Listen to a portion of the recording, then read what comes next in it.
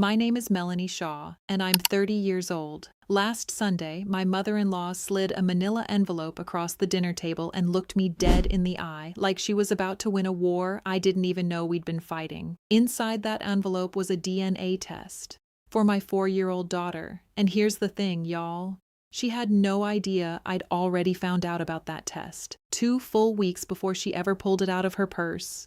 What I did with those 2 weeks? Honestly, it changed everything. But before I get into what happened at that table, I need you to understand who Vivian Shaw actually is. Because Vivian doesn't just meet people, she studies them. She collects little details the way some people collect spare change, and she never, ever forgets where she put them. The first time I met her 5 years ago, she didn't hug me. She looked me up and down like I was a resume she already had doubts about. "So what do your parents do?" she asked. "And where's your father these days?" I answered every single question, polite as anything, and I watched her file it all away behind those calm, pleasant eyes. Tyler told me later, "She likes you, Mel, I can tell." And I just smiled, because I already knew better. She didn't like me. She was building a file on me. After the wedding, Vivian didn't just visit, she kind of moved into our lives like she still had a key to a house she used to own. Unannounced drop-ins on a Tuesday afternoon, cabinets reorganized while I was at work, little comments dressed up as concern, you know the type. "Oh, I just worry, that's all." And that same look, every single time, especially when she looked at Ava. Then Ava was born. Healthy, loud, absolutely perfect. And Vivian noticed something else first. Not the 10 fingers, not the 10 toes. The eyes, bright green, almost unreal, under the hospital lights. "Interesting?" she said. Real casual, like she was just making conversation. "Nobody on either side has eyes like that." And then she said it again at Thanksgiving, and again at Ava's 2nd birthday.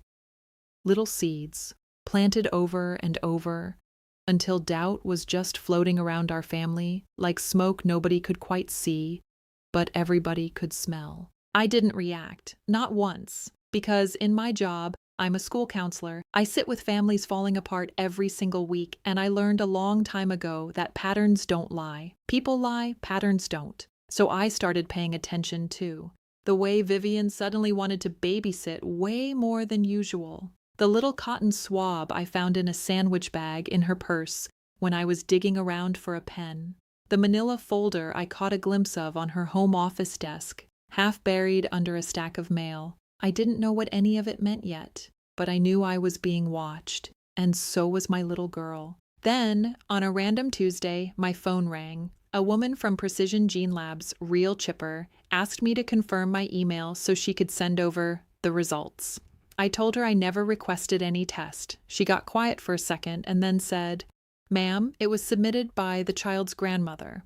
I remember standing in my kitchen, phone against my ear, feeling the floor kind of tilt under me, because that wasn't just messed up, that was actually illegal, using a minor's biological sample without parental consent. And Vivian had just crossed a line she was not walking back from. I called our family lawyer that same afternoon, a woman named Diane Foster, who's basically seen it all, and Diane told me something I have never forgotten. She said, "Melanie, do nothing, say nothing. Let her show this whole family exactly who she is. And in the meantime, I'm sending her a formal letter reminding her that what she did was a HIPAA violation and grounds for a civil claim if it happens again." So that's what happened quietly in the background. Diane fired off that letter within the week. Vivian never mentioned it to anyone. She just got a little quieter for a few days, and I knew exactly why. For those 2 weeks, I became honestly the most agreeable daughter-in-law in Sacramento.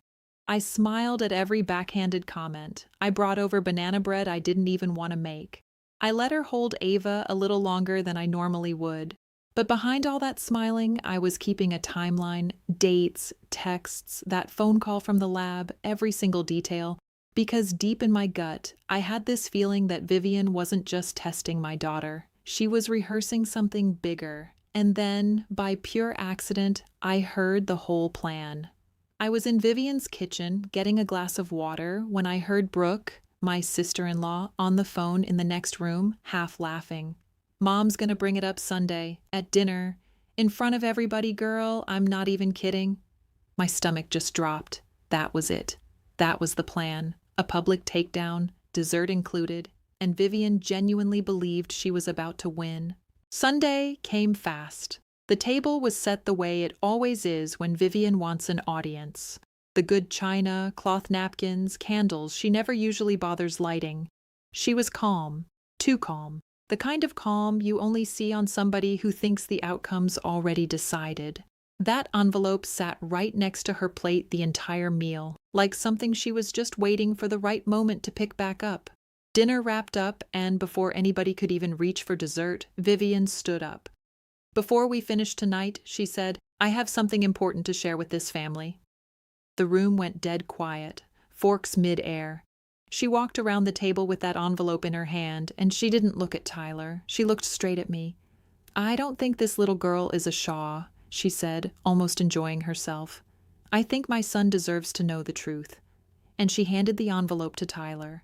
He opened it slow, read the first page, then the second, and then he just stopped moving completely. Nobody breathed. His hands were actually shaking a little when he looked up, and he said, quiet but steady, "She's my daughter, Mom. 99.9998%. No wiggle room. No excuse left for Vivian to crawl into." Vivian blinked, and for the first time in 5 years, I watched her whole face kind of crack open. Because that result wasn't supposed to go that way. And that's when I spoke up. Calm, quiet, steady as I could manage. "I know," I said. "I got the same results 2 weeks ago. I called the lab myself after they told me you'd submitted my daughter's test without my consent." Her face went pale. "Which means what you did wasn't just cruel, Vivian," I said. "It was actually against the law. Our lawyers already sent you a letter about it. Did you read it, or did you just skip to the part where you planned tonight?" The room went ice cold, but I wasn't finished because Diane had told me something else a few days back. Full genetic panels like this one, the ones people use these days for ancestry and paternity both, they don't just check one thing. They scan against every other profile in that company's entire database, looking for any biological relative on file. That's just how the technology works now.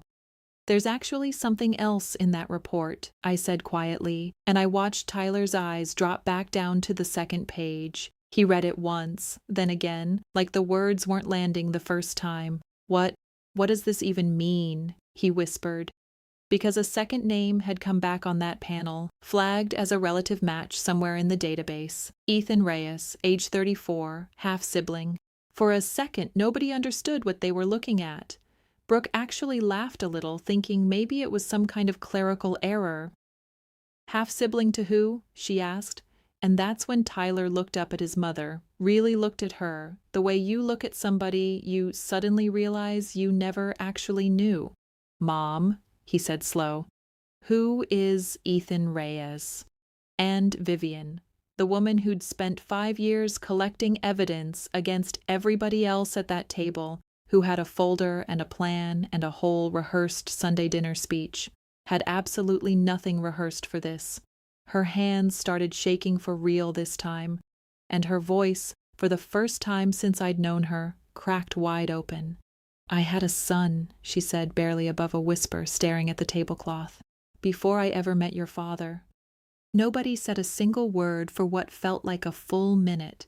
You could actually hear the candles flickering, I swear. 34 years. That's how long Vivian had been carrying that around. A son given up before she was ever Vivian Shaw. Before the ironed tablecloths and the unannounced visits and years spent measuring me like I was some kind of suspect in my own home.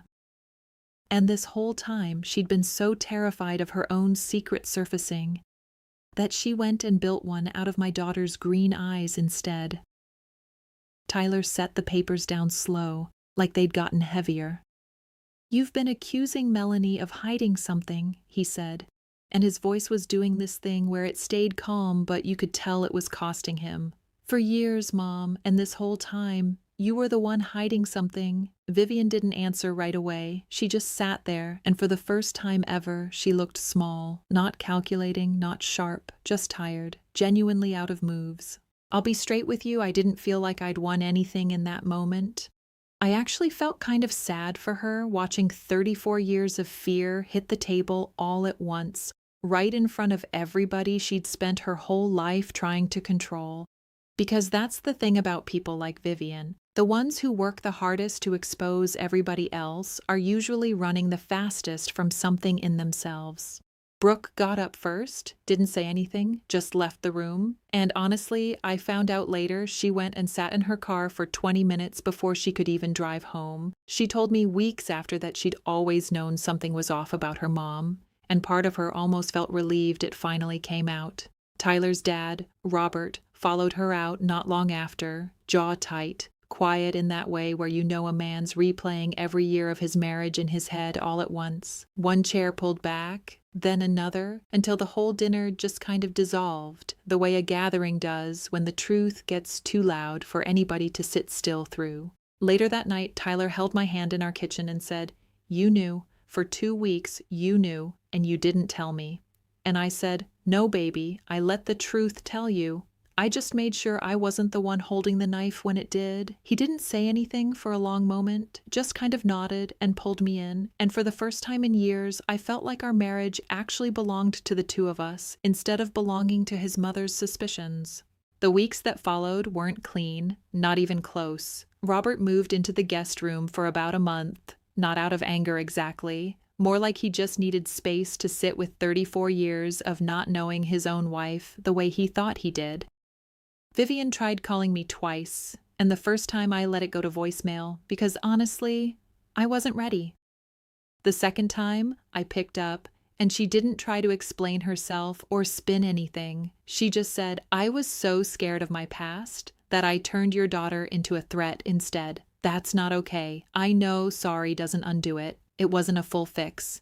It's still not fixed, not completely, but it was real. And that's more than I ever got from her in 5 years." Tyler reached out to Ethan a few weeks later, careful, like two people circling something fragile they both wanted to hold on to anyway. They've talked a handful of times since. It's slow. It's honest. Diane closed out the legal side quietly. No lawsuit, just a signed agreement that Vivian would never do anything like that again without consent. And for once, Vivian actually kept her word. She stopped dyeing her hair, stopped hosting these big performance piece Sunday dinners, stopped playing the part of the woman who had everything under control, because the truth she spent 5 years trying to bury underneath my daughter's eyes had been sitting inside her own story the whole entire time. And honestly, here's what I keep coming back to. The people who work the hardest to catch you in a lie are usually the ones most afraid of getting caught in one themselves. And sometimes the exact thing somebody builds to destroy you ends up being the very thing that finally sets you free.